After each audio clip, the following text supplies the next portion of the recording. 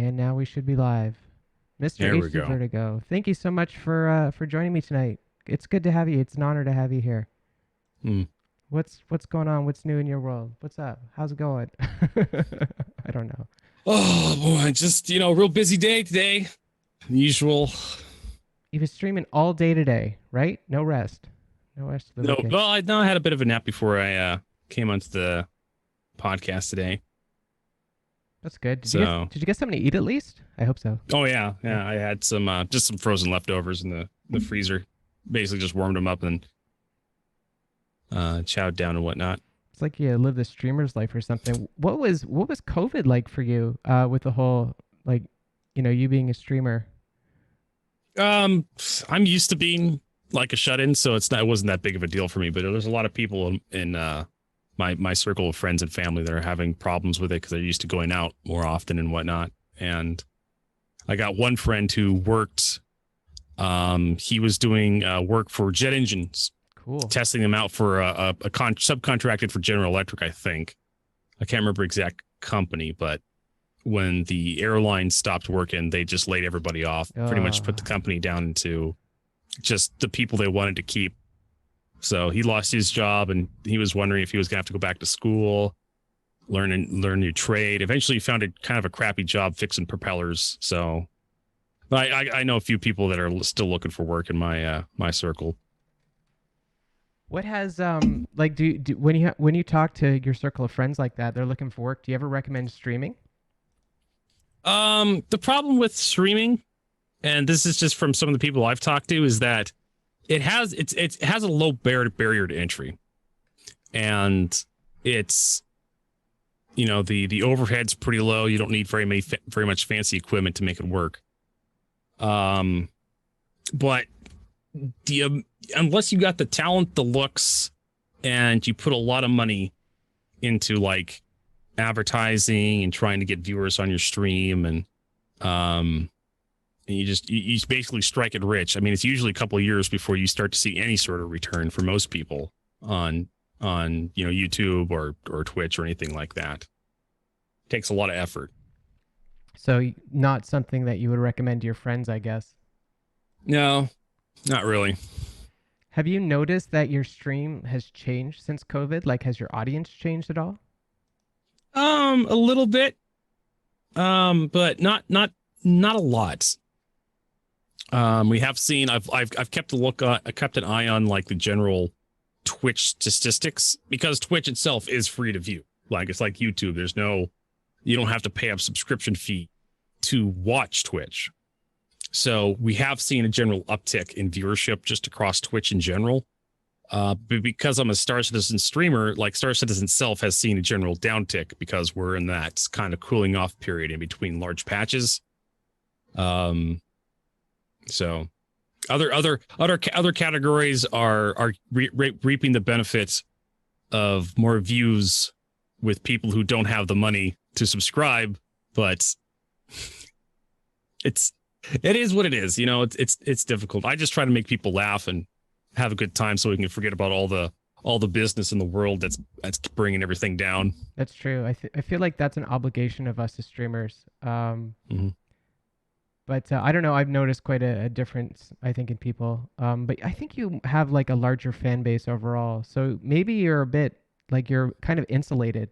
Maybe you're not quite as affected as smaller streamers might be. I don't know. I think everyone's affected. Like I said before, like there's more viewership on Twitch, but I feel like a lot of the viewership that's there just can't afford to help support. $5 can sometimes go, for a lot of people, $5 a month could be a lot. And some people maybe canceling their Amazon Prime, so the Prime subs may not be there for them. Or was it Prime Gaming now these days? They've rebranded. It's just one of those things that, money gets tight, especially like donations or stuff like that. Bits. You don't see a lot of bits being thrown around sometimes. Donations may not be there for you. I'm thankful that I could do this full time and I still have the ability to continue to do it. But it did take a lot of work on my end, negotiating with my landlord, trying to find some extra work I could do around the house, to help lower my rent or keep my rent from being raised. And the wonderful community that I have that's continued to support me up to this day. So I'm so thankful that I have the ability to put a roof over my head, keep the lights on, and continue to do what I love to do here on Twitch. Even though it doesn't seem like I love it so much sometimes, but that's just that's Star Citizen. We all wish Star Citizen would be more, would get to the point quicker, would actually have some substance, because I know there's quite a few, even some of the higher end content creators in the Star Citizen category, who would love to have more gameplay, more deeper, rich features and whatnot, so they can exploit to create better content in that regard. Well, so are you basically, like, when you say full time, are you 40 hours a week or more than 40 hours a week? I mean, hours.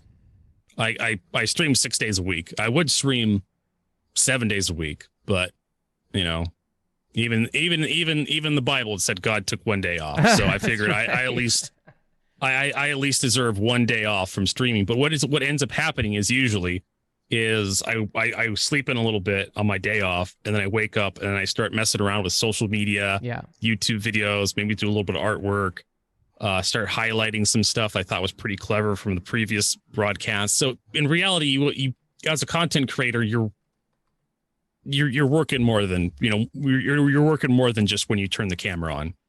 When you hit go live to when you stop going live, when you kill the feed, you're still working a little bit afterwards. So, and I explained to people that it's just like if you were going into business for yourself and you opened up like a grocery store, or maybe you opened up like a store that sold board games and card games and stuff like that.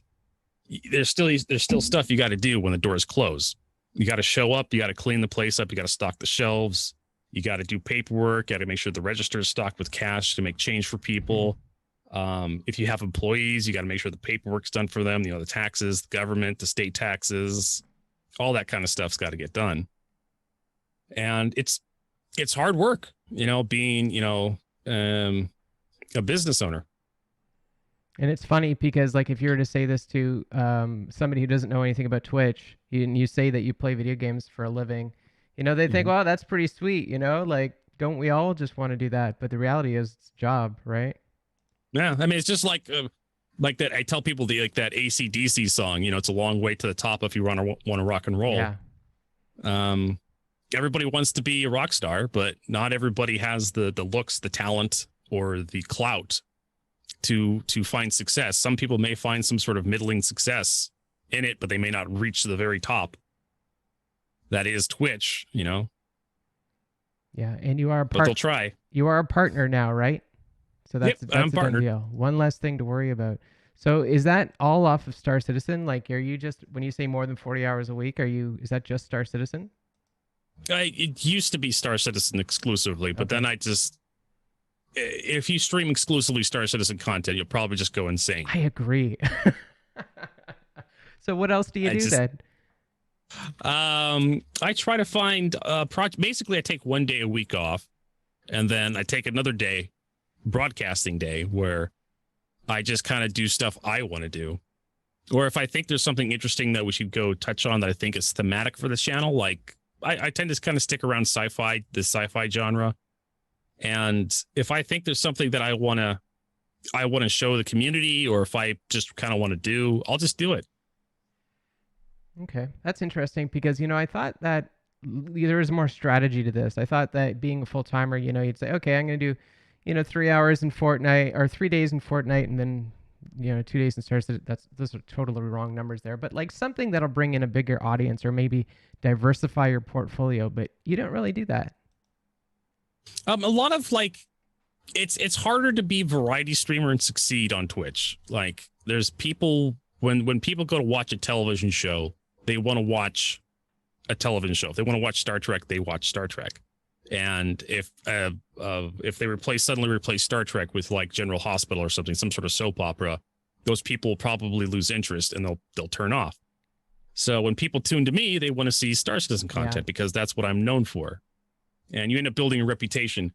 So unless you have a really good personality, and it's really difficult to build off variety content, and especially in saturated stuff like League of Legends, um, Fortnite, Dota. It's really hard to kind of grow in those categories because they're already really saturated. Usually, like the top 10 streamers of those categories will have like 90% of the viewer base. So it's really hard to break into those categories as a new broadcaster. Well, I'm super hyped whenever I see you play a retro game. Like I do see you playing Fallout. I don't know if it's one or two. I can't remember now. Last time you played Fallout 1 or 2, but man, I love seeing you play that. I could watch that all I know. day. That's another thing I do on my channels. I'm a nostalgia dealer. Yeah. I deal in nostalgia, the good nostalgia for everybody. You get to go Yeah. back in time and remember. Oh, I've actually had people approach me and tell me they bought games that I've played on stream because they just felt like they felt compelled to go back and play them again. Just seeing me talk about them or watching me play them. You think about like how many people have bought Star Citizen because of your stream, you know? You should get Mm-hmm. commissions for that, I think. I know it's more. Yeah, I know, right? More than I should probably get more than just the referral program. But CIG's been doing this wonderful thing lately. I got rated today by the official Star Citizen channel Nice. Oh, after they finished up with what? Star Citizen Live, Dude, and congratulations. they've been doing that. That's awesome. That is, yeah. I'm really excited about that. I like that they're coming down and acknowledging the Star Citizen community. This is something that the content creators in Star Citizen have kind of been complaining, bellyaching about over the past couple of years, that CIG just really doesn't acknowledge. I know, right? Blue and easy raid. CIG really doesn't acknowledge a lot of the content creators that do a lot of the kind of guerrilla marketing for them, at the grassroots kind of level. And there's a lot of people that have been sticking with the project for a long time. They're like, oh, CIG needs to do more for us. And CIG has in the past year now been trying to do more to kind of help kind of assist the streaming community and the content creators with giveaways and just acknowledging them in general.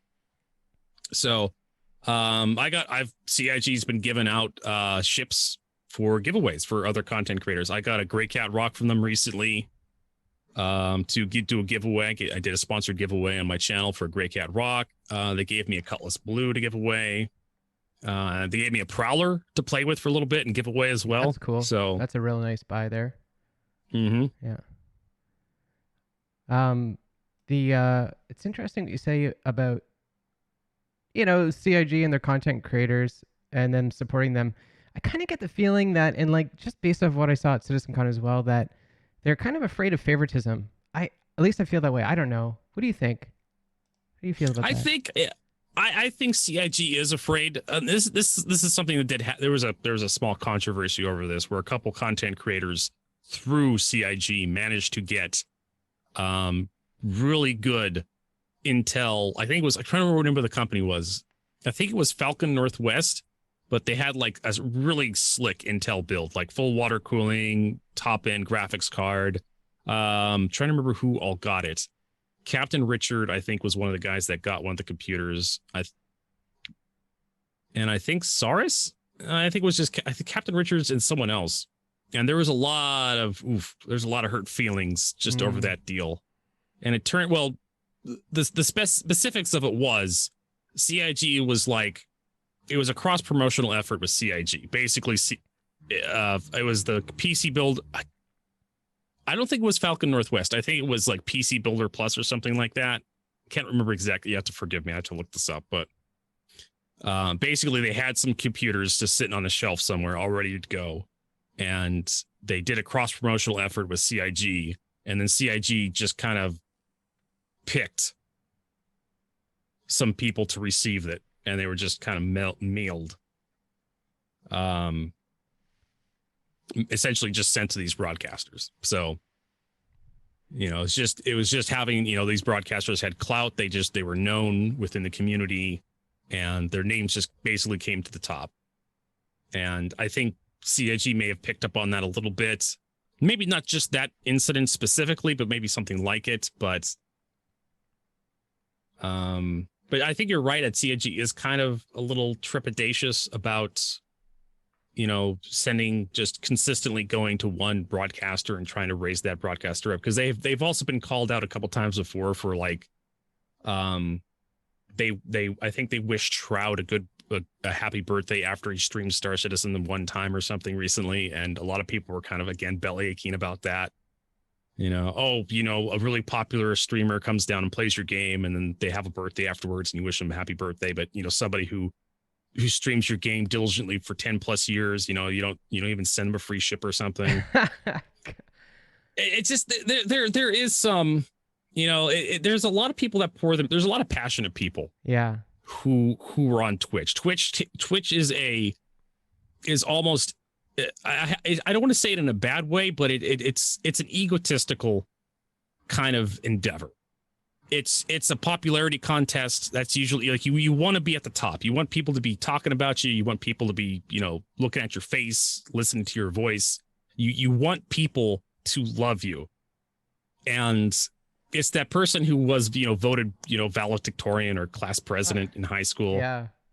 Those are the people that usually succeed because they want people to talk about them. They want people to listen to them and listen to their opinions.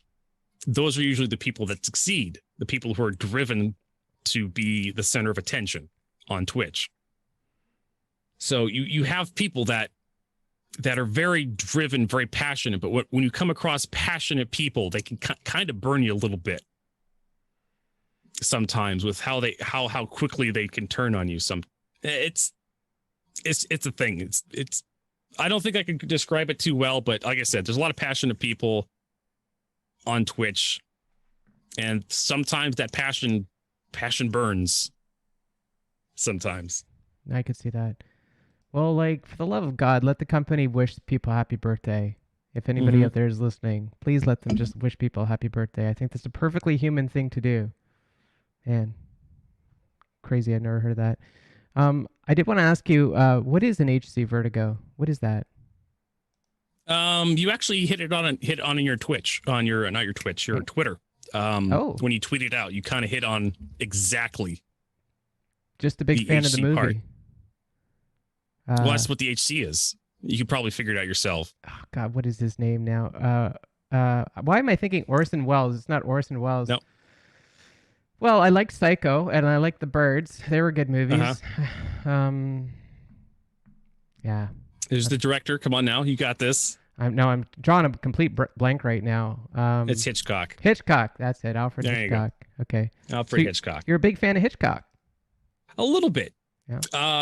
A lot of people don't quite get the HC part, but the HC plays into what Vertigo, what I would use for Vertigo. But it's like Vertigo's always taken as a username, no matter where I go. Yeah. So I always have to find, some sort of slight twist on the username in order to get it to go with like a website or something.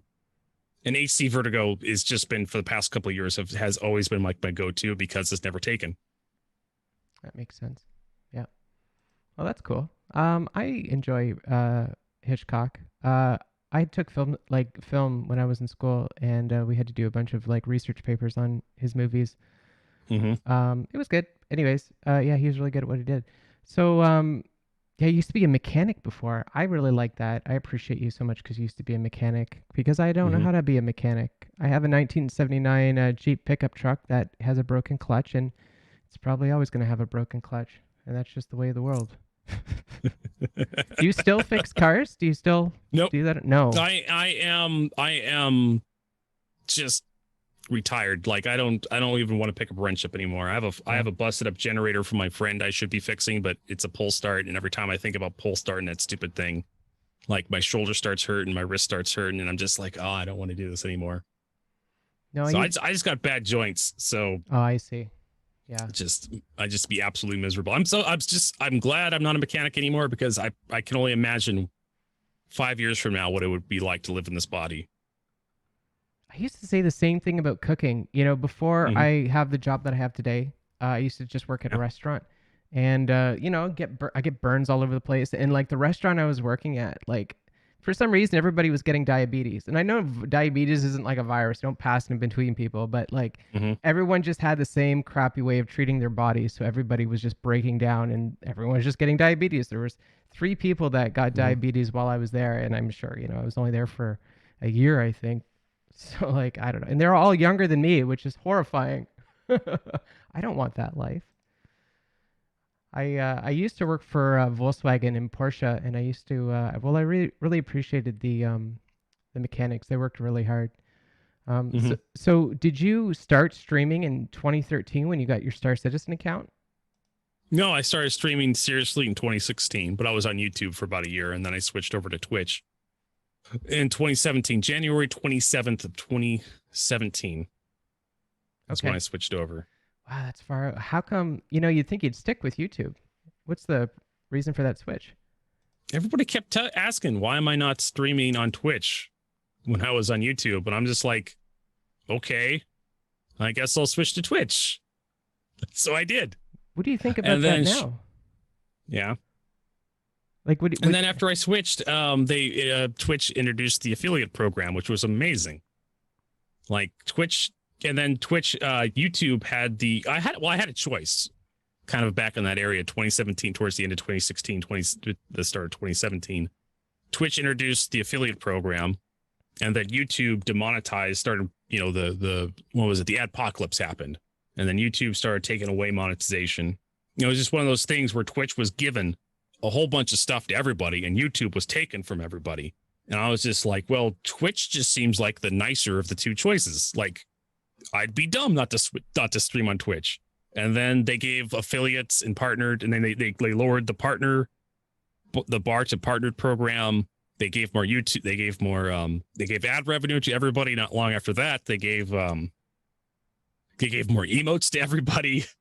And there's just so much great stuff that Twitch has given to everybody. It's just like, why would you stream anywhere else? I mean, even if you're not going to go full time on Twitch, it's not that bad for a side gig. I mean, you can make, a couple $100, a week. And if you're just going to be, if you got the personality to do it, if you're fun to watch, fun to be around, or even the opposite, if you're just so awful that people just are fascinated by you. I mean, I'm serious. I Like, think that's me. I think I'm so awful. People are just like, okay, well, this is interesting. yeah, exactly. You could be an absolute train wreck to watch, but be absolutely fun to be around because just you're a million laughs. I tell people I'm a comedian and I'm an entertainer. You're either laughing with me or you're laughing at me. I don't care as long as I get a laugh. The one of the reasons why I started up this talk show is because I'm kind of trying to get into YouTube a little bit more, but it seems so daunting. So I just think it's very interesting to see your perspective because you're coming from YouTube, going to Twitch. Do you like see yourself going back to YouTube in the future? I definitely want to do more stuff with YouTube to expand my growth and whatnot. I want to do more tutorials for new viewers, basically new people coming in to I have thousands of hours of playtime in Star Citizen. I should really leverage that for the sake of newer players and whatnot. Just so they can have, get an understanding of what Star Citizen is all about or what to even do in Star Citizen. Like you wake up at Lorville, and where do you go from there? Huh. How do you keep track of how many hours that you play Star Citizen for? I'm curious to know. The only way I know how to keep track of, I've contacted CIG a couple times, asking them if they could give me playtime, and they just told me they just can't do it, which I think is just malarkey. Like I think they have the ability to, they just don't want to go through all the trouble of. It's probably not in such a way. What I do is I go to Twitch Tracker, or I think even Social Blade may even do this for you as well. But you can go to Twitch Tracker, and I'll send you a link. Oh yeah, I'd love to see. Thank you. Through Discord. Yeah. Here. And you can see kind of like my stream statistics there. And if you scroll down to where just below it says viewer streams and time dynamics, and you go look at most streamed games, you can see I have 6,286 hours streamed in Star Citizen. Wow, that's crazy. Now I put this on the big screen. I hope you don't mind. I hope that's sure, okay. go for it. Yeah, yeah, this I'm is not doing crazy. this to run my flag up the flagpole and see, look how Well, I amazing I am. am. I'm not. I am. You are. I am not that amazing in Star Citizen. My numbers are very middling at best, and I'm quite honestly, I'm a nobody on Twitch as far as I'm concerned. It's all Star my Citizen that does that, though. yeah, it's Star Citizen. I could probably choose a better category to stream in, do better strategies and whatnot. But like I said, I'm happy with where I am right now. But there's better ways to grow and whatnot. There's people that are better at this than me, in this, even the Star Citizen category. But that just goes to show you just how many hours of playtime I've had in Star Citizen over the past couple of years. And there's people out there who have even more, that have streamed even longer, that have more knowledge about Star Citizen than I do. So I am no way the most experienced in this category, or the best in this category. I'm just a guy with a camera and a microphone that's a bit dangerous. Your knowledge is smart enough to be dangerous. Yeah, I've heard that before. Your knowledge is pretty good though, but it's good that you're mentioning that, because I was watching one of your Captain's Tables episodes today. I was listening to it, and you guys did something interesting, because it hit close to home for me. You were talking about how there are certain types of players out there that only do one activity and they only fly one ship. I guess, well, and like that's totally me. I just fly the Caterpillar. I just do cargo trading. But I would identify as a factory worker. So like this is what I know best in this world. But I mean, like, if you look at our knowledge, like we really do, we develop our skills based around our playing activities. And although you might not know everything, I genuinely believe you're the best bug identifier, bug finder, bug something. Q and quality tester for quality assurance tester or something, Q&A. Something like that. I think that you stand out. Those skills are well known within the community, at least of the people that I know. So, but how do you like rationalize that? How do you explain that to people?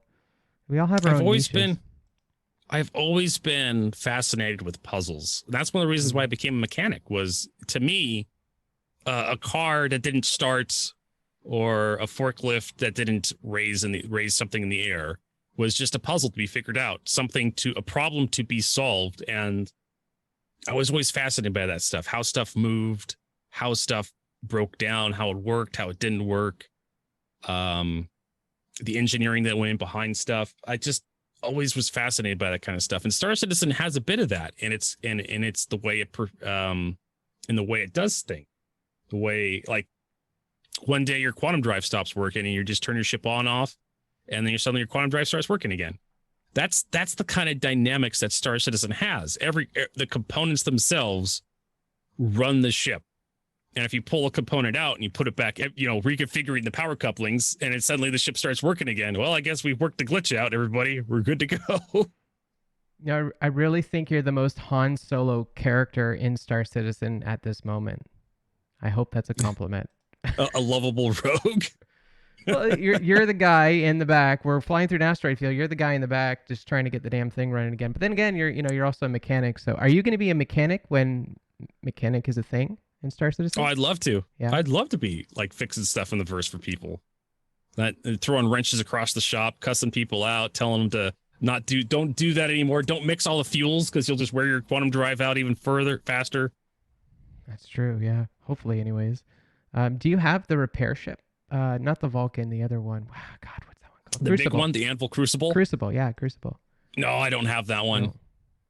I should get one these days. I wonder how much that thing's going to be in game. It's probably going to be relatively affordable. Well, if you go off like the Carrack. The Carrack was what, 23 million? So it's going to be a lot smaller, more limited than the Carrack. The Reclaimer was what, 12 million? No, that's the Hammerhead. Hammerhead's 12 million. So I'd imagine around 10 million for the Crucible, because you think it's going to be less than the Hammerhead? That's wild.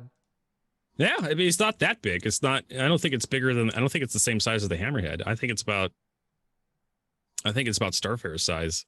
If that, no, probably a little smaller than that. I definitely think it's a bit smaller than the Hammerhead. Because it's designed to have a Hornet fit between its two arms. In fact, it's supposed to have a detachable garage that will fit exactly one Hornet. So it could easily straddle one of the small landing pads at like Olisar, if you can imagine that in your head. What does it look like for you to the mechanic gameplay? What do you think that's gonna be like whenever it comes out? CIG put out a document a long time ago, but I think it's hard to imagine what it's going to be in the future. You know, maybe just shooting laser beams at ship's hull and watching them kind of repair themselves. It could be that, but CIG put a document out that was a little more detailed, but I don't know if they're going to be able to keep to that. But I could definitely tell you what the first iteration of repair and salvaging is going to be. Sure, let's hear it. Salvaging, you remove power plant. Repair, you put power plant back in. That's going to be the first stages of repair and salvaging. I guarantee you. Yeah. Hey, we already had a video about that. I remember there was a video about the AO post pulling the power unit out. So yep, salvage when. Still waiting for that to show up one of these days. Oh, that's funny. Yeah, like do you still like fantasize about the future of Star Citizen, or is it being a full-time streamer like this kind of wearing you down? It wears me down sometimes, but occasionally you get a little gust underneath your wings that kind of helps you. It kind of holds you aloft a bit, like that last Inside Star Citizen they did, where they showed off the docking arms. I was absolutely gushing over the idea of looking out from the windows and seeing your ship just docked to the station. Yeah. That javelin, that was so amazing. Yeah, and you could watch people fly around the station and whatnot while you're docked to it. You're walking, from your ship into the station, or from the station into your ship. That was like. Just you get that kind of that feel like you're living in a universe. Totally. You know. Yeah. You know, hey, we used to have like Star Citizen or ISCs, the Thursday videos. We used to have those every week where they're nice and juicy like that. And we just kept the dream alive, I suppose, a little bit. But apparently, according to Disco Lando, Jared Huckabee, it was keeping the dream alive, but it was sucking the company dry. Like there was just too much prep work going into those hour-long ATVs. Well, they didn't have to be an hour long, that's for sure. Yeah. Well, they agree with you. Now they're only 10 minutes long. That's true. Yeah. Well, I think they do a good job. What do you think? Do you like the new formats of the videos? Are you happy with all that? Sometimes I like them. Most of the time I do not like them. Yeah. Like a lot of the live content they do, I don't watch anymore. I didn't watch it very much to begin with, but some people wanted to watch it with me and get my feedback. But recently, especially after the bobblehead episode where they were just, everybody points specifically to that episode where it really kind of turned them off. But it usually was whenever they had an episode where it was one of the people building something or just doing their job. Like let's like this. I know my facial features is like of disgust, but I guess I'm a little too expressive, but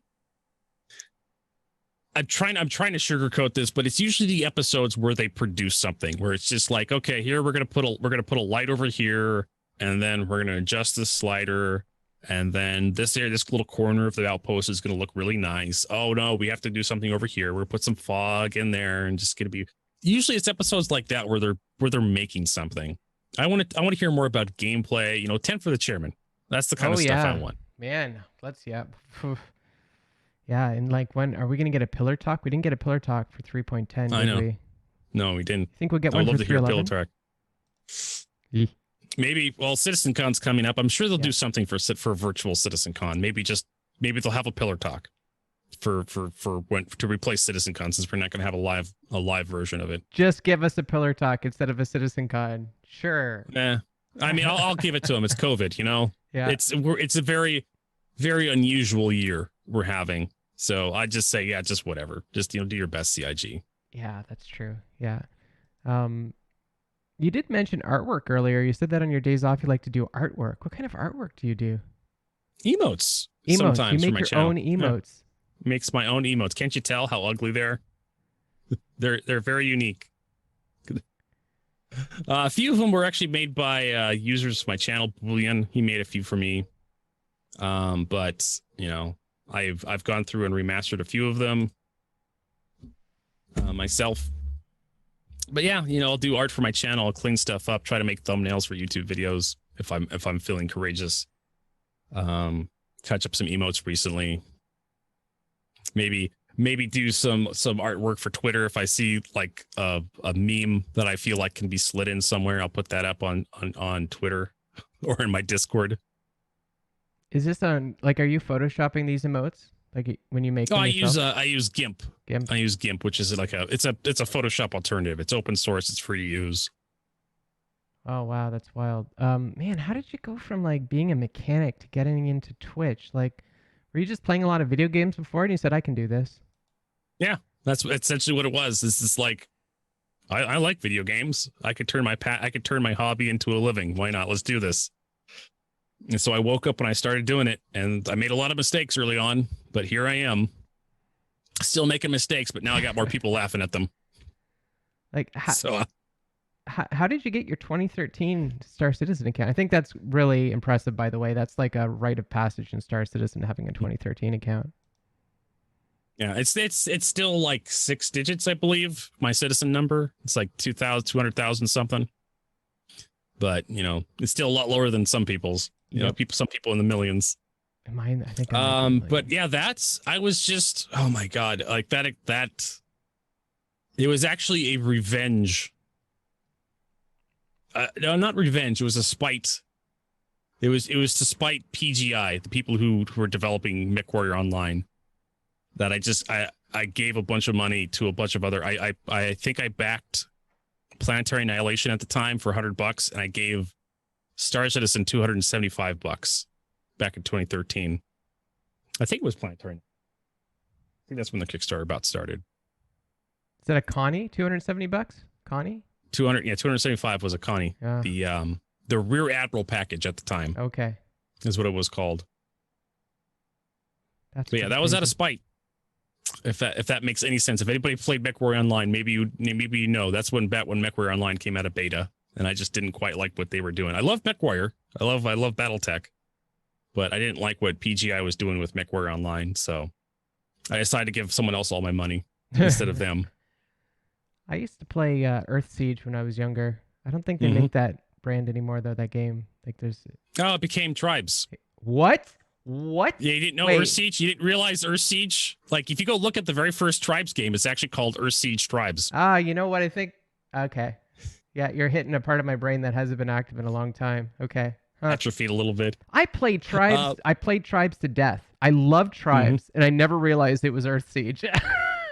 Yeah, it's just like there's this weird lore connection between Earth Siege and Tribes. It was a weird game. They never really explore. Like, for those of you who don't know, like if I'm trying to remember the plot of Earth Siege, it was like AI took over the Earth and the humans had to fight back against the AI. Yep. And then in Earth Siege 2, humans won, went to the stars, and then Tribes happened. I love that you know this crap, man.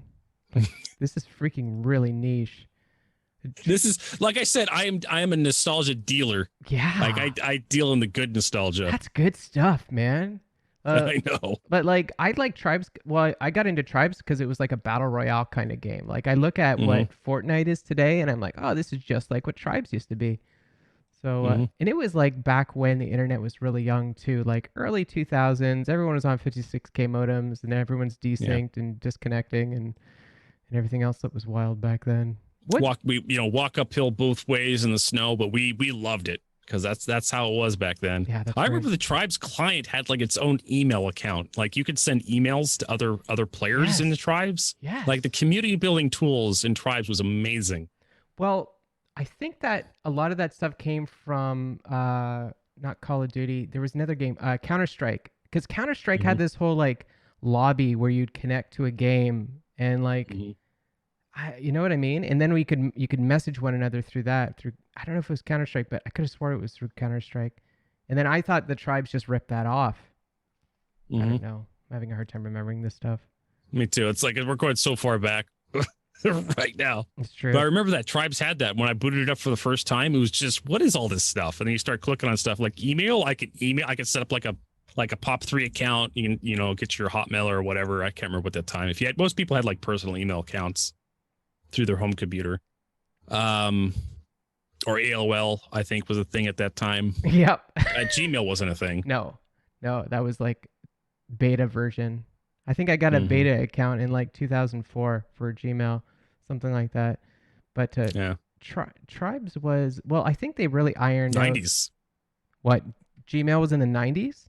No, Tribes was in the 90s, if I remember correctly. Yeah. 90 something, 95 or something, I think. Oh, 95, it couldn't have been 96. that. No, it couldn't have been that old. Is it that old? Oh, come on. 95? Let's go down to Google. Let's ask Google. Yeah. Tribes. It's the Earth Siege Tribe. The online game. We're talking about the online game. Because, like, one thing I remember that was quite specific is they had ironed out the interface for the whole lobbying and stuff. Like, you log in at Tribes and, like, it would just walk you into going into, like, multiplayer. I never remember a single player version of Tribes. I was always playing the multiplayer one. And, like, it was like Fortnite. You'd go in, you'd pew for, like, 30 minutes and then jump out and join a different game. Okay, so Earth Siege 2 was 1996. Earth Siege was 1994. Tribes, which was Star Siege. Star Siege Tribe was 1998. 98, hey? Well, that's interesting because that was 1 year before Half-Life was released. So it couldn't have been Counter-Strike, you're remembering, because Counter-Strike wasn't even a thing at the time. It was Unreal. I was thinking about Unreal. Unreal there you go. And Quake 1 and 2 Quake 1 totally failed at being multiplayer. It was basically like Doom was. Doom was Quake. They both had the same horrible multiplayer experience. Quake 2 was good, and then Unreal had a really good multiplayer experience. But Unreal Tournament was like the multiplayer experience. That's what everybody remembers. Unreal Tournament, yes, but I'm referring to the first Unreal. That would have been either 96 or 98. I get the 6s and the 8s mixed up, but I remember I bought the first Unreal version just being blown away. I'm like, oh my God, the graphics in this game are phenomenal. Because Quake 1, like if you remember Quake 1, it was like a dog's breakfast. Like it looked just like a slightly better version of Doom. It's like if Doom and GoldenEye had a baby, that's what Quake looked like. Yeah, especially if you didn't have the hardware to run it. Like graphic hardware accelerator cards were just starting to come out around that time. Yeah. And that stuff was expensive. Like I was a young pup at that time. I had to beg my parents to buy me computer components. And they're always like, "Why do you need all this expensive stuff? Just go. Here's a baseball. Go play with your friends." But I don't have any friends. Buy me a computer. I think I had a Voodoo 2 graphics card at the time. Yeah, those are. Oh yes, the Voodoo 2. Yeah, it did good. I still remember PCI ports. I remember the first time AGP ports came in. Yes. Yeah.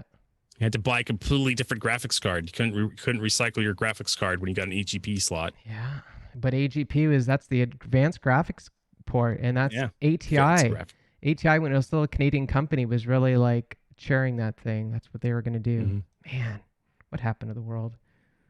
What else do you have on your video game resume? Like if you could make a chart like of your whole growth, like when I was 5 years old, I played this game all the way up to Star Citizen. Like what games got you to where you are today? I'm trying to remember like the first couple of games I've ever played. There was like Dive Bomber. My father worked for an engineering firm, and they got some of the first ever built laptops. I mean, like just with LCD screens, and it was only two colors. You had not black and black on your screen, and you had like then you have like shades between those. And we had a game. All these games came on like 5.5-inch floppies. Those were the big floppy disks. Yeah. And before that we had like Apple IIs with like Oregon Trail and Math Blaster and stuff like that. But I distinctly remember the one game called Dive Bomber. And because we had a black and white LCD screen, we couldn't figure out how to play the game, because when you booted the game up, it puts you immediately into a plane. Like it was the War for the Pacific, and it immediately puts you into a plane with the cockpit lights off, and you have to find the switch to turn the cockpit lights on so you can see any of the controls. Because it was black and white, everything was just pitch black. That's hilarious. So you got a mouse, you're just clicking on random pixels inside the cockpit to figure out how to turn the cockpit light on so you can see what you're doing in a black and white screen. So it took us like a week to figure out how to turn the cockpit light on this game so we could actually play the game. But we had stuff like Duke Nukem, the original Duke Nukem when it was a platformer. Yep. Jazz Jackrabbits. Yep. Commander Keen, of course. Oh, yeah. Scorched Earth was one of my favorite games. I love Scorched Earth. Oh man, I played that. Great. That was like my life, and like that was the game I always went back to. It's like I played Wolfenstein for a bit, I played Warlords for a bit, I played Doom for a bit, and Yeah. keen for a bit, but I'd always go back to Scorched Earth. You know, that was the thing. Something about just blowing up the landscape in that game. I loved Yeah. it. And they had like Just they had weapons for blowing up the landscape. Like there was a yeah, whole little segment of diggers and category. moles. A lot, I like the little moles and whatnot. You could launch, you'd fire this little bomb and it would land on the ground and it would just start tunneling in random directions, just start eating the ground out from underneath the enemy tank. And the tank would just kind of like a Wile E. Coyote in a Merry Melodies cartoon. The ground would fall out from underneath the tank and the tank would just fall down. It was pretty hilarious. I like who thinks of this stuff and where are those people today? I'm sure they keep remaking Scorched Earth in some form or another. It's a real easy game to make if you want to talk about. Yeah. Is there a VR? Doesn't take Scorched Earth. Probably you probably have a variant in VR. Oh man. But then of course, the usual Doom, Wolfenstein, Quake, Jedi Knight, Dark Forces, that kind of stuff. Yeah. What else? We actually recently did play a playthrough of Jedi Knight. Yeah, I remember watching actually it was that. just Dark Forces. Yeah, I watched the crap out of that because I couldn't get anywhere with that game. It was too hard. So really, yeah, I didn't get anywhere with it. Okay. The second one I thought was super easy, so that was nothing. Mm-hmm. We even played the expansion pack for Jedi Knight, which was Mysteries of the Sith. Oh, that one was so bad. Yeah. Especially when you get to the Temple of the Sith or the Temple of the Jedi, whatever it is. It was just, oh man, it was bad. Just do not play that expansion pack. But I definitely wanted to get to more, that was for like May the 4th. We played through that stuff for my Variety Day, which is, a Star Wars holiday. May the 4th be with you. Makes sense. Yep. Then what else? A lot of real-time strategy games, Warcraft, Orcs and Humans, Total Annihilation, StarCraft. What else was in there? Outpost 2. If we want to get really obscure real-time strategy games. What was it? Max Commander. There was another one, which was a turn-based strategy. Master of Orion 2, Master of Orion 3, which was garbage. Don't buy it. Buy Stellaris instead. Stellaris is a better successor to the Master of Orion series than even Master of Orion 2016 was. They actually redid Master of Orion 3. The people who were behind World of Warships and World of War Tanks funded a company to redo the Master of Orion series. They remastered it, or not remastered it. They what do they call it when they redo it entirely? They just made a new one. Yeah. They just did a reboot of it recently, and it was actually not that great as a 4X game went. And then stuff like Supreme Commander, a little bit of Counter-Strike, not a lot of Counter-Strike. I never really did fall in love with Counter-Strike for some reason. Never really spoke to me. But I loved Battlefield Bad Company 2. That was one of my all-time favorite games. Just the single-player campaign was amazing with the characters they did. The multiplayer, I wasted hundreds of hours into the multiplayer. That game just loves just smashing stuff, kind of like Red Faction. Just blowing. I loved how the first Red Faction, you could just blow a hole into a level and just kind of tunnel your way around a difficult section. That was fun. And of course, Red Faction Guerrilla was pretty fun too.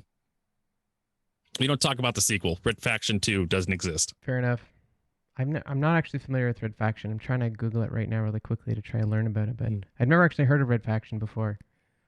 What year did that come out? It's a fun game. I'd recommend picking up Red Faction Guerrilla.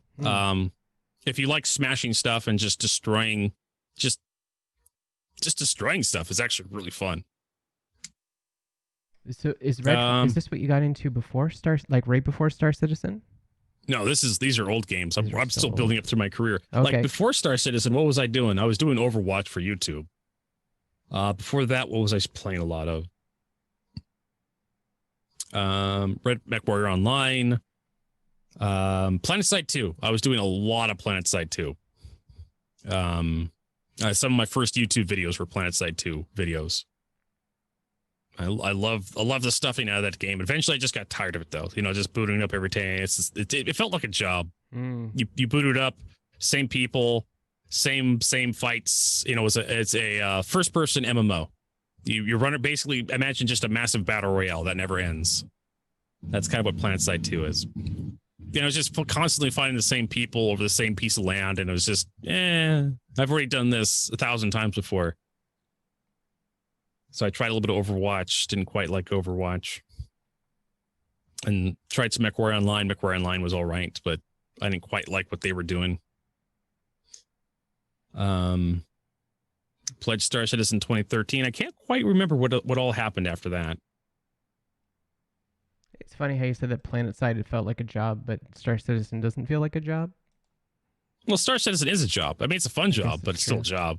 Yeah. I mean, you're still logging in. You have coworkers. You have obligations.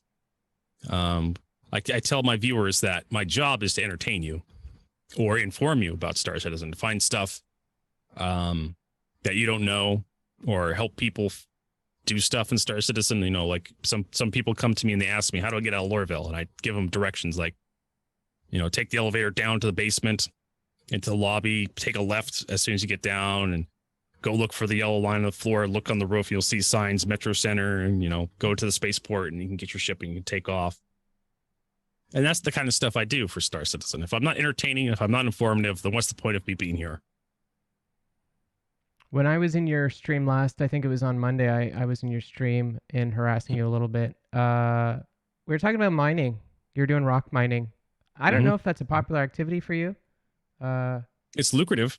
Yeah. Is that what you do? You just kind of chase the money as far as activities go? I try to chase the gameplay. Like, I try to have an opinion on I try to do a little bit of everything just so I can have an opinion on something that's somewhat valued.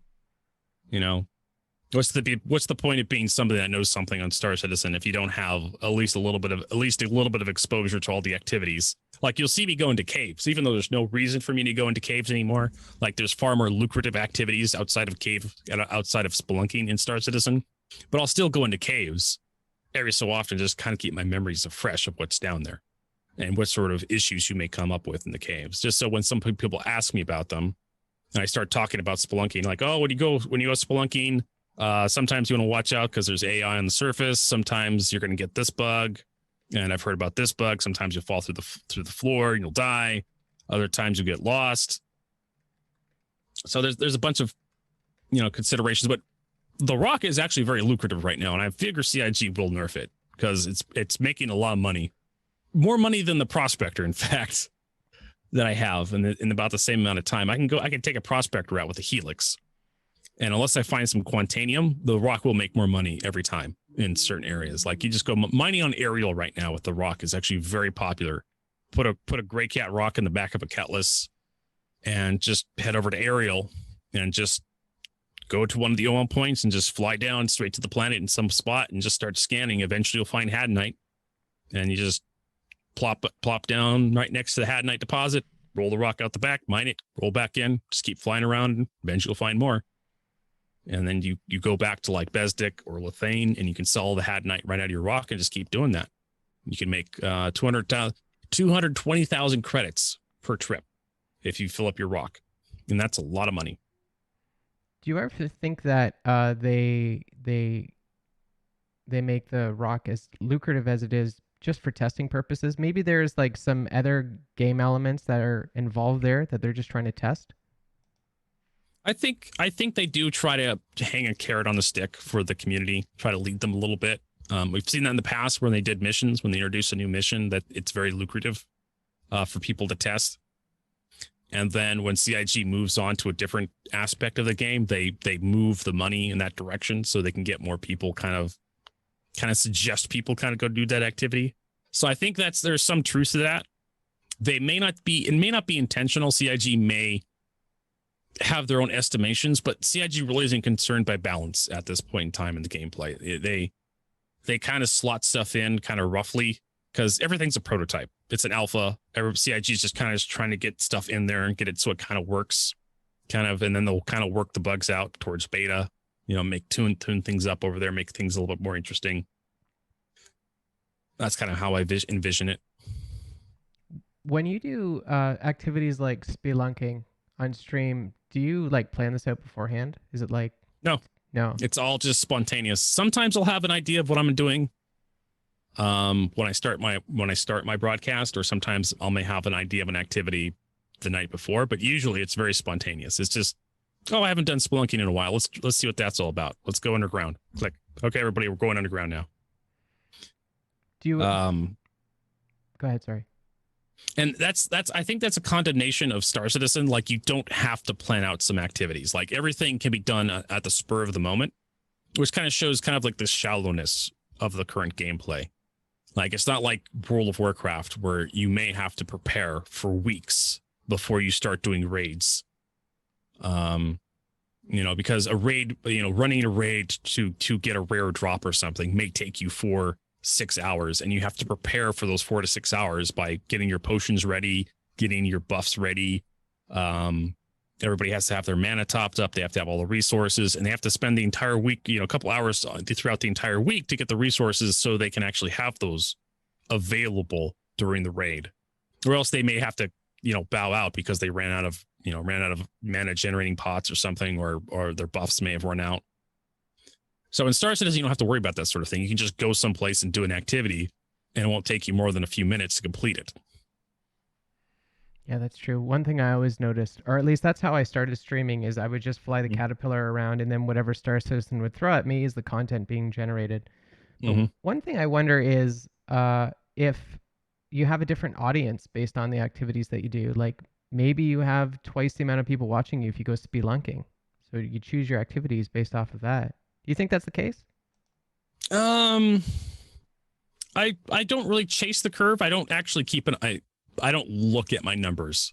Really? Until I'm done with the broadcast. Okay. I don't look at my numbers live. And I quite honestly, like, you wouldn't really see that sort of thing unless you were doing it consistently.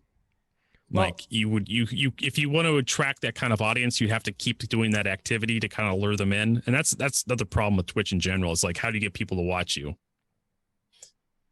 So, well, that's one thing I appreciate about you. You're probably the most consistent Star Citizen streamer out there, I think.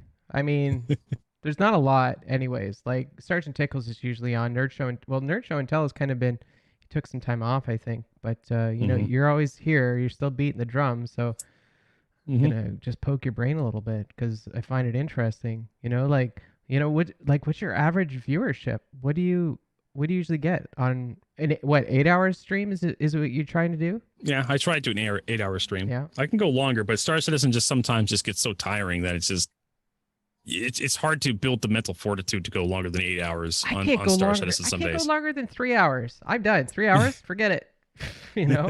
8 hours. Are you kidding me?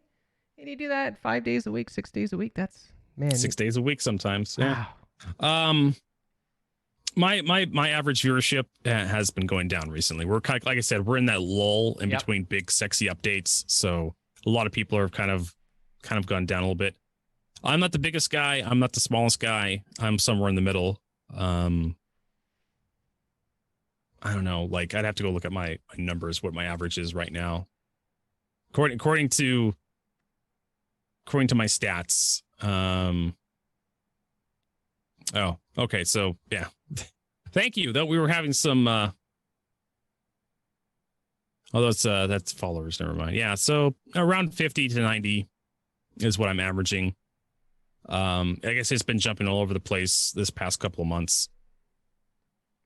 I'm not entirely sure why that is. I could probably take a closer look and see what's going on there. But yeah, I'm definitely keeping the drums alive. It's one of the things, one of the paths to success not just in Star Citizen, but paths to success on Twitch is consistency. Like, it's like opening a business. You have to have the doors open when customers are walking in the front door. Like, if you're not consistently opening at the same time every day, like, people are going to show up and he's like, they check their watches and like, this guy's not open yet. This guy's not open yet. Like, and they're just going to walk away and they're not going to come back. So if you're there every day for people, if the doors are open consistently at a set time, people will show up and they'll just expect you. Don't even have to click on the notification. They just show up and like, oh, it's this time. You must be on. So they come and there I am. How did you feel becoming partner? How did you feel becoming partner? Relieved? Yeah. It wasn't a celebratory feeling. It wasn't like, let's go out and have a drink. It wasn't that. It was more of like, okay, I've got this. I don't have to apply for partnership anymore. We're good there. But there's definitely a sensation of that we're not done here. Like, it's just because you got partner doesn't mean you can just kickback and just easy road anymore. Like when you got partnership in the old Twitch, like back before Twitch lowered the bar for partnership, you were already pretty successful. Like partnership meant you got your sub button and you could start monetization through that way, through your audience. Before that, you had to use alternate methods of monetization. You had to use PayPal. You had to use GameWisp. And I think Twitch saw all that money was going to those other services. And they're like, hey, if we just lower the bar for partnership and we just gave everybody sub buttons and created the affiliate program, we can just take all that money that's already going elsewhere.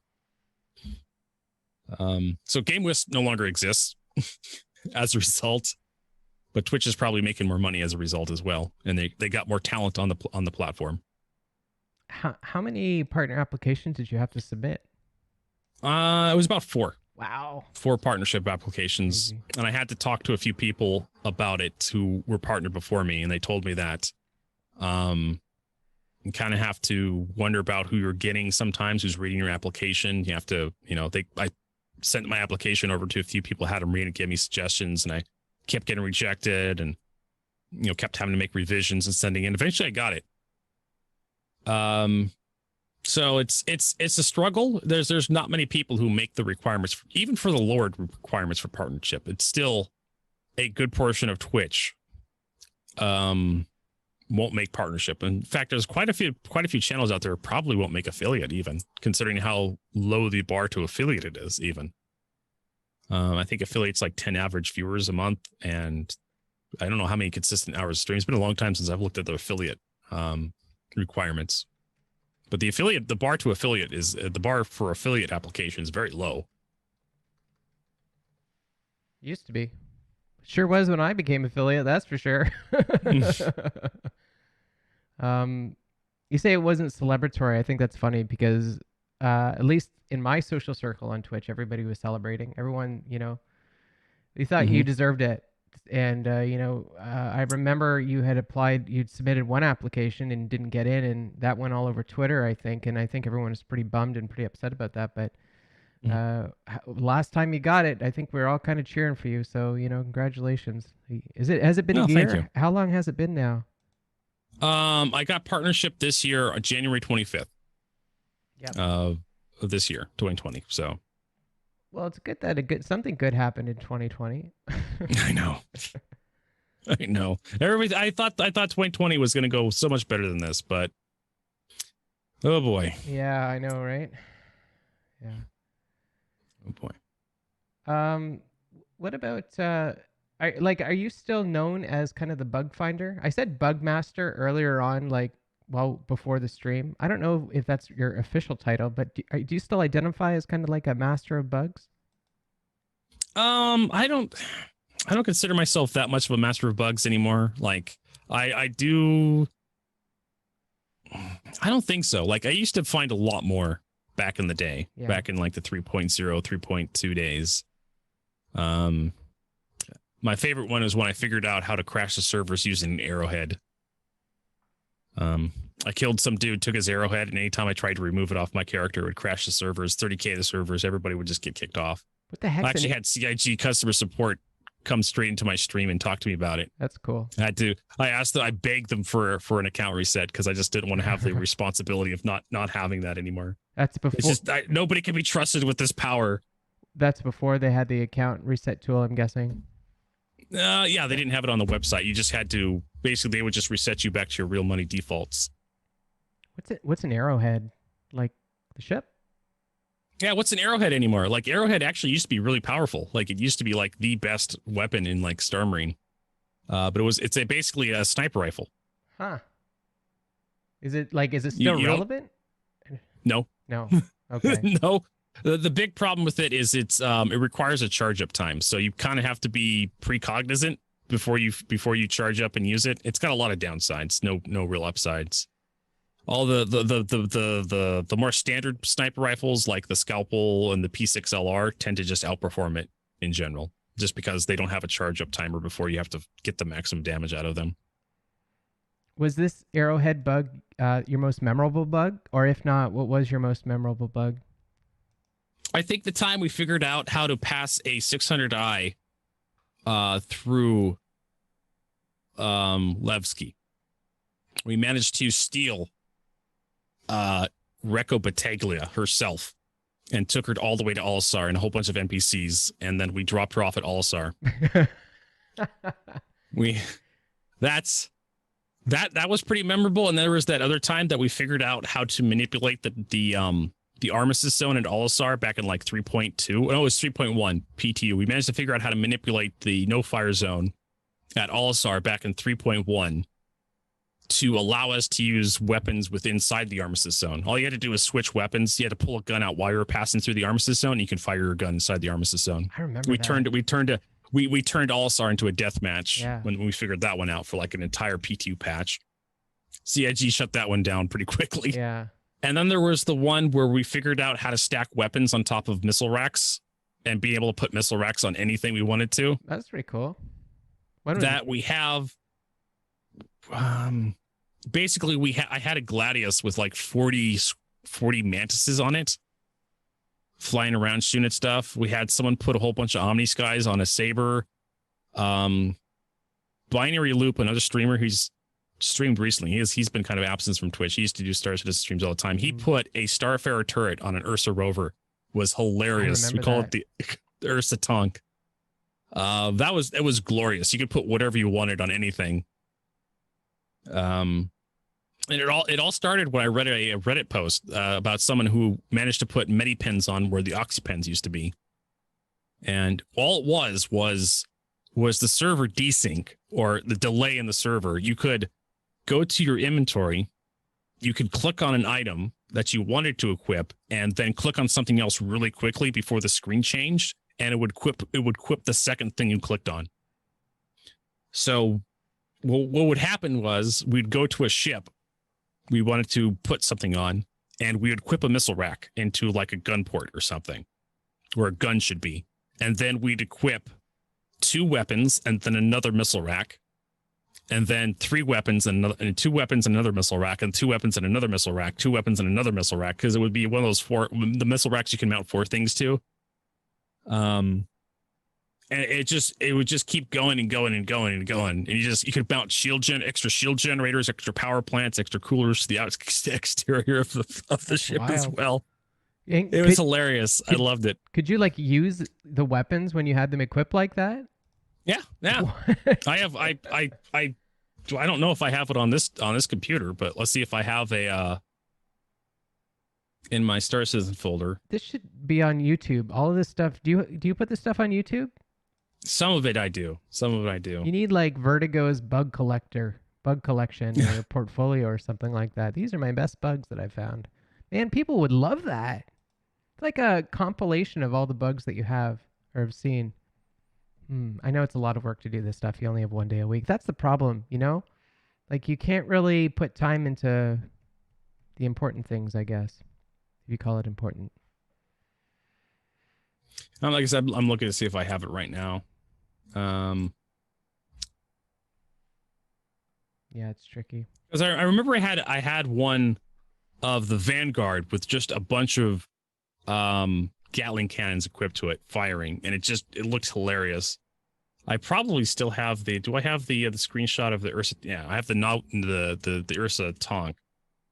Throw that in there if you want to show that to this. I would love to. Stream. Yep. Okay, hold there you go. Here. Oh, I see. So there's an Ursa rover with the Starfarer turret on top of it. Just so great. It's not gonna load. Hold on here 1 second. Okay, there it is. Okay, switch the screen. Here we go. Bam. Yeah, it's pretty sweet. Yeah, it's just we were I think there was one of him that I don't have the picture anymore, but there was one picture of him of that Binary Loop had a Starfarer turret on the side of the Aurora as well, which was here it is. Let's see if I can upload this. There you go. There's a video of the Vanguard with all the guns equipped to it. Oh, this is a video. How do I view a video? That's pretty cool. I don't think I have a way to show a video. But yeah, there's another one too that I liked where I could crash the servers just by picking up a gun. I don't know if you can actually show the video. Yeah, you have to. I think you may have to download it and launch it using your Yeah. whatever your preferred program is. Click the little download button in the upper right hand corner. I don't have a video player set up on OBS. That's the problem. Oh, well, there you go. That's fine. There was some guns. Well, actually, there still is. There's some guns behind the customs counters at Levski. You could jump onto the counter, and then you can go prone and then kind of slide your way into the customs area, and you can pick those guns up. In one patch, actually a handful of patches, if you grab those guns, it would crash the server. Error 30K, guaranteed every time. And that was a problem for quite a while for CIG before they fixed that issue. But you could still climb over those counters over at Levski, and you could pick those guns up if you wanted free guns. Man, I like how I'm making you do work here. I can't figure this OBS stuff out. I'm sorry about that. I'll have to consider that for the next time. I'll have to prepare how to view videos. But man, you got a lot of bugs. Like I thought that would be a hard question to ask you, but you got a long list of them. You should have a compilation. No, there's more. There's being able to destroy an 890 jump using a Merlin by self-destructing it nearby. That's probably a thing still. Self-destruct damage from the Merlin is way too high. One of my most obscure ones was being able to grab your own grenade while you're throwing it. That's cool. Out of the air. Like you throw a grenade, and if you use your inner thought to click on it while it's in the air, you can actually reach out and grab it, and then it kills you. Oh, it kills you. That's a bizarre one. Right. That just kind of shows you like the things that Star Citizen can do. Like you can pick up a grenade, because you can click on it, allows you to do it. Doesn't slap your hand out of the air and say, no, you can't do that.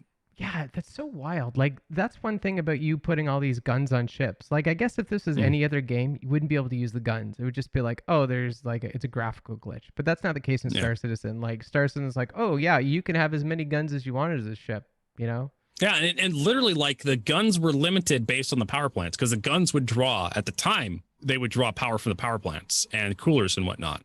So if you didn't have the coolers or the power to supply those guns, they wouldn't work.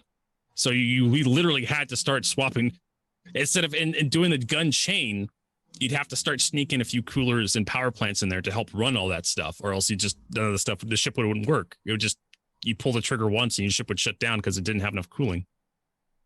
You got to get like a producer or something. Like you don't have the time to manage all this stuff, but man, you got some great content. I hope that stuff's not going to be lost forever. Like let's remember I got all a YouTube channel. Yeah. Okay, I got a YouTube channel with some good stuff on it. Okay. I think we have one of our episodes where we did steal Recco Battaglia, but I had to delete a lot of my clips recently because there was a big DMCA issue going around Twitch. And there was kind of like the there was a problem that a lot of people were getting demonetized and strikes on their channel because of there it is. I have the a video of me glitching through Levski. It's not well edited, but yeah, we took a hammerhead over to Levski and we stole Recco and a whole bunch of other stuff. It was great stuff. That's magical. If you could fix, or is there any bugs in 3.10 that you really hope are fixed for 3.11? I don't think there's any one bug. I'm trying to think of something right now that really punches me in the gut. But a lot of it comes down to like 30Ks crashing up, people crashing out. There is a bug with transitioning from gravity to EVA or transitioning from EVA to gravity where you just keep falling over and hurting yourself. Every time I do the 890 jump mission, I go in anytime I get inside of an 890 jump. In fact, my character just falls over on their face and I get hurt a little bit. And I have to use a Medipen. But there's a lot of stuff in Star Citizen that just needs attention. Server responsiveness is just, you try to change your helmet out to, you try to take your helmet off so you can drink some water, and your helmet pops off, and then you try to get your water out of your backpack, or you try to get water off a shelf, and it just does nothing happens for like a minute. And then you try to put your helmet back on, nothing happens for like 2 minutes, and then your helmet pops back on. Stuff like that would be nice to see fixed in 3.11. But there's so much more that Star Citizen needs besides just a few little bug fixes here and there. I mean, I don't care about Pyro. I don't care about Theaters of War. I want server meshing. I want more players per instance. Yeah. That's where the real content is going to be. Just the larger player base, having more people per point of interest. And I think that'll help freshen up Star Citizen a lot for all the other content creators. It's kind of what we need is a little fresh up, I think. Mm-hmm. Well, one thing I was thinking is that maybe, you were saying that, the bug content that you used to have isn't quite what it used to be. And, maybe that's just because it's getting better. Maybe they're fixing bugs faster than you're able to find them. That's true. That's true. I think they are. I still find stuff from time to time. Well, thank God for that. I still do reports from time to time on the issue council, so it is what it is. You still do the issue council reports. That's good. I didn't know that you actually did that. How many issue council reports do you do? Like per patch, would you say? I rarely do them. Yeah. Like, it's just issue council stuff is I consider like volunteer work I do. So I do it out of the kindness of my heart. Yeah. So maybe I'll put per patch, maybe I'll do 2 issue council reports per quarter if I feel it's necessary. Really comes down to my mood on how I feel. If I feel generous enough to actually open up the web browser and type something into the issue council for them. The people in Avocado, they take it pretty seriously, and I'm always very enamored by that. I should talk to some of those guys sometime, but that's like their gig, that's why they're here, is they're full-time avocados. So yeah, there's a certain way to it. I try to do an issue council report, a patch I try to do. So you try and do 2 a patch, that's pretty good, I think. Sometimes it's hard finding bugs. I have that way, at least. You have obviously an easier time finding bugs. Well, yeah, if you're doing the same gameplay every time, doing trading and whatnot, it's pretty easy stuff. It's basically traversal. You're taking a ship from one spot to another and then going back. I don't report trading bugs, by the way. I go through, I do what you're supposed to do, and I look at the patch notes, and I do whatever they tell me to do. I'm a different person in Avocado than I am on the live version or whatever. Yeah. Yeah. But yeah, the sheer variety I do in Star Citizen, I tend to run across more weird stuff from time to time. Yeah, you do. That's true. Yeah. Trying to think of what I've hit recently that was been super obnoxious. Mostly a lot of the quantum drive stuff, really. Oh God, especially when it comes down to team play. Like you can have someone bust your quantum drive just by trying to spool up together, like doing the what do they call it? The team jump, the group jump, I think it is, but yeah, group jumping, yeah. If you mistime it when you spool together, you can actually have one ship's quantum drive get busted. Like then you have to have someone come back and do a jump together with you. Or you just have to. Yeah, like we figured out how to fix it. You have to have someone come back and then spool with you again to carry you through the jump, and then it fixes your quantum drive after that. Or you just have to just get rid of the ship. That happened to me today while I had a full load of cargo, and I logged back in my bed, and I was really fortunate that fixed the problem. But I have that problem more often than not, that's for sure. Yeah, there's a lot of team bugs in there too, or just some people just have, like we're trying to do stuff with the hammerhead, and people are just falling out of the ship, or even the Carrack. The Carrack seems to be really dangerous. Like you get out of the turret, and you just fall out of the ship. Yeah. It's just, you're walking through the ship or you're in the elevator, you fall out of the elevator, you fall out of the ship. It is just having to turn around and go pick someone up out of space. It's good that you do that. I think most people wouldn't, so good for you. Shows what kind of quality of character you are. One thing about the Carrack, though, is I think it always had clipping issues. That's something that Heavy Bob always told me, is like it's one of the easiest ships to break into. Oh yeah, the turrets themselves are really vulnerable to clip into. Yeah. Um. So you're a big fan of tea, I guess. That's what we've Mm-hmm. drink a lot of Big fan tea. of it. I don't Tea and know. biscuits, love it. If what? Are you serious? You do tea and biscuits?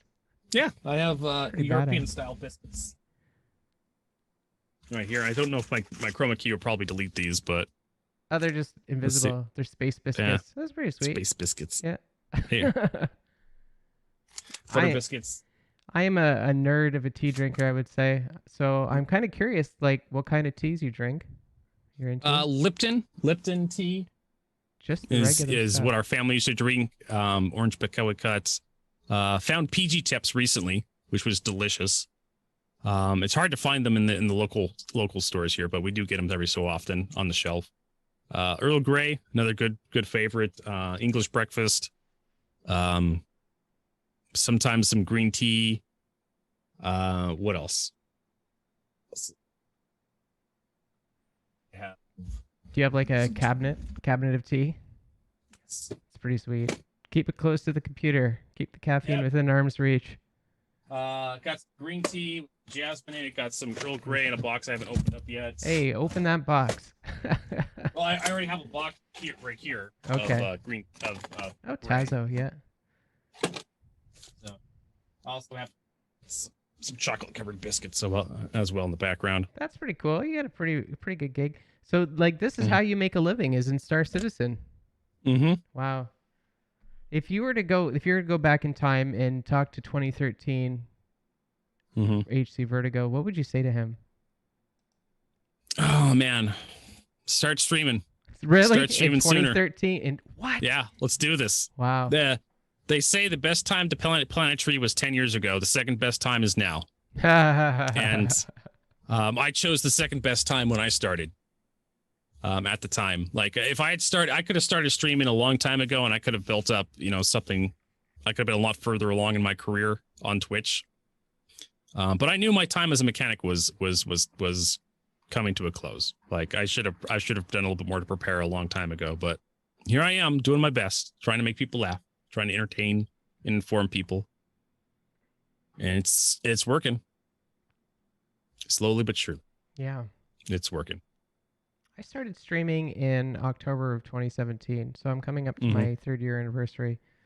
That's interesting. A whole should have started this 10 years ago. I don't know. It's been a wild ride so far. Has it been equally wild ride for you? Like what's something you didn't expect to happen in that time? It surprised you. I honestly, I expected to be chased off the platform. Yeah. I never expected to be this successful. Like I expected to not make any money, have to go back to get a real job. But for some reason, people enjoy my content. I don't know why, but they do. Well, like, man, you got raided by Star Citizen today. That's it doesn't get any better than that, I don't think. That was pretty unexpected. It was a pleasant surprise.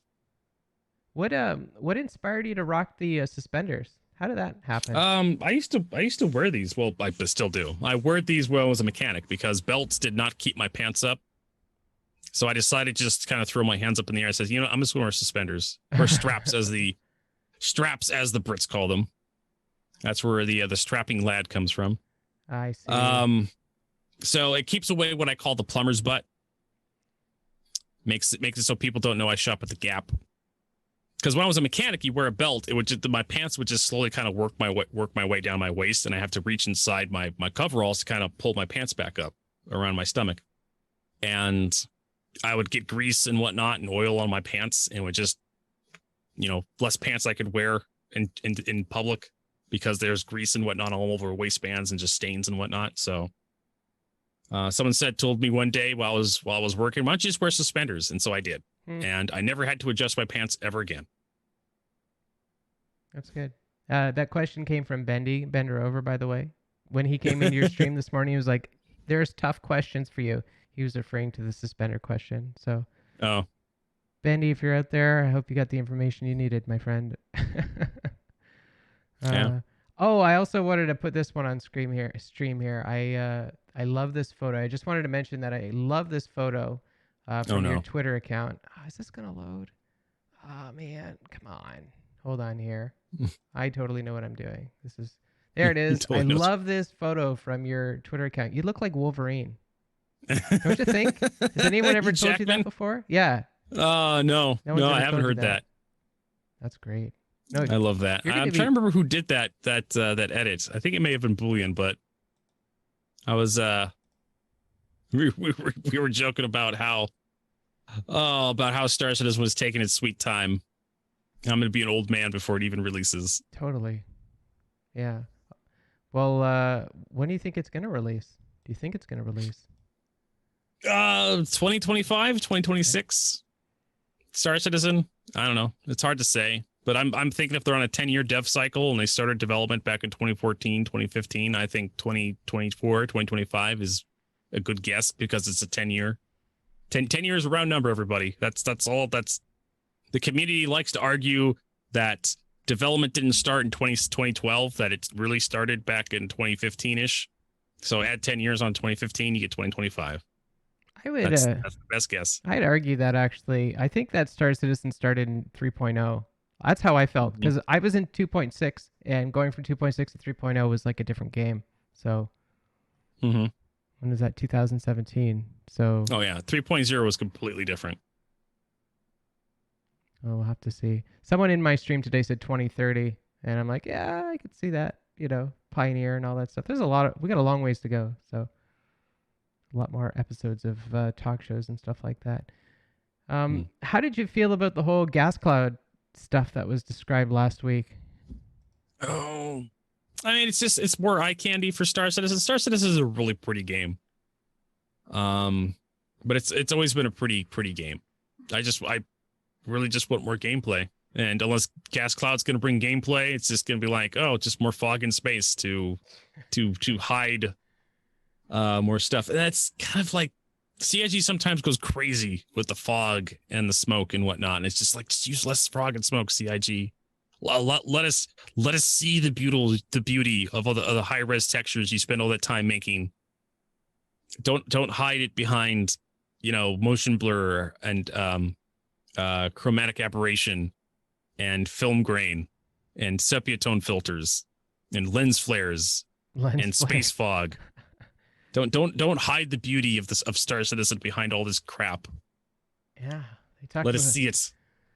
They talk more about the crap today too on Star Citizen Live, so Mm-hmm. quite interesting. The what is this here?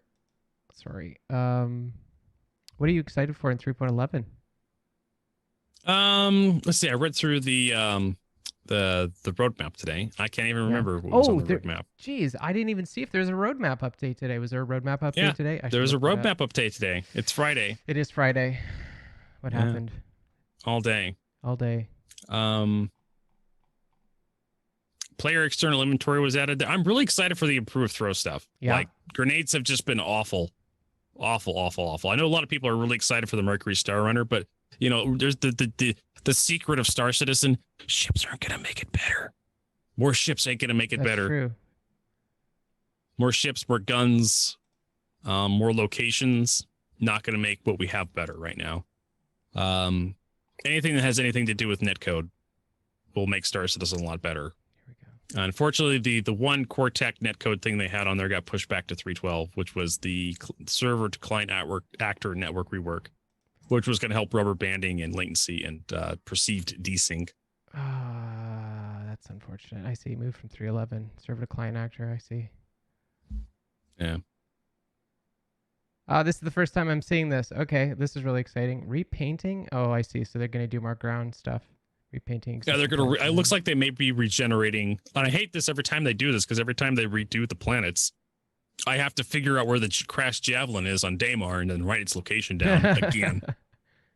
It's a hard job, but somebody's got to do it. Someone's got to do it. People are so hyped about the Star Runner, and like I don't really get it because like I don't remember being I don't remember people being hyped when it was first concepted, but for some reason, maybe it's just a new ship. They just think, like you said, it's the darling of Star Citizen these days. Yeah. I don't quite understand it either, but everybody, it's like the Millennium Falcon or something. It's so much like the Millennium Falcon, though, don't you think? Yeah. a It's kind of rip-off. got a little bit of that asymmetrical design. Mhm. It's got, you know, it's got the chessboard. The It's got the chessboard. smuggling. Yeah. That was something called out in the design. It had a chessboard. It has the posing manned turrets, I believe. I think it's going to be a better constellation because the Connie, for some reason, it has all these stupid big guns on it and missile launchers, but it really can't use those weapons effectively because it's a slow pile of crap. Handles like a pregnant cow. So, and it's got really crappy weapons on its turrets. So those aren't the threats to anybody.